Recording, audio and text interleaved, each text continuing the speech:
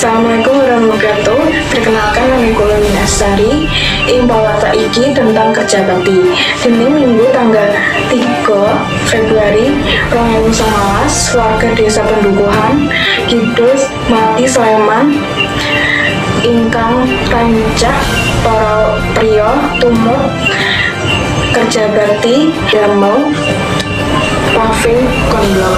Paving menika dipundamel saking campuran pasir lan semen ingkang salajengipun dipuncetak lan di PP ngantos garing.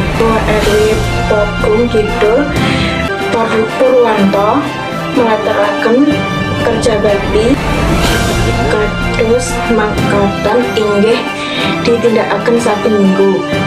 Dening ancasipun inggih kaki ngantos konblok ingkang resik dhateng sakumbing awit ngantosi ragat pramila warga gotong royong damel konblok.